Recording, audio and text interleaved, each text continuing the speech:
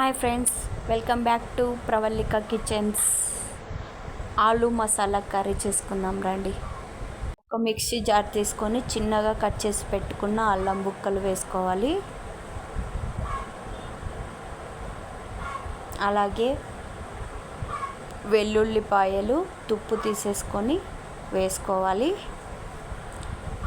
అలాగే కొంచెం కొబ్బరి ముక్కలు వేసుకోవాలి.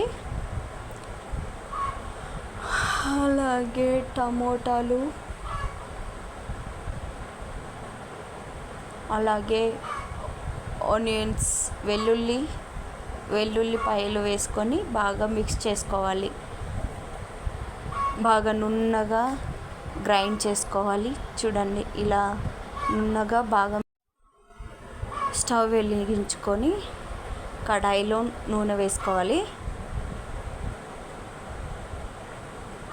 నూనె వేసుకొని ఆవాలు, కరివేపాకు, ఉల్లిపాయలు,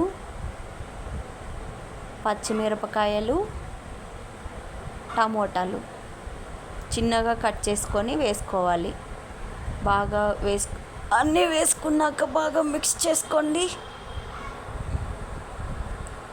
మనం ముందుగా గ్రైండ్ చేసి పెట్టుకున్న అల్లం, వెల్లుల్లి, కొబ్బరి పేస్ట్ వేసుకొని బాగా మిక్స్ చేసుకోవాలి.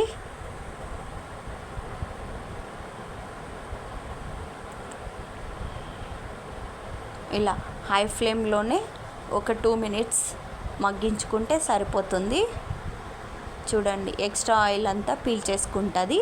ఇలా కొంచెం 2 tablespoons కారం, 1 tablespoon ధనియాల పొడి,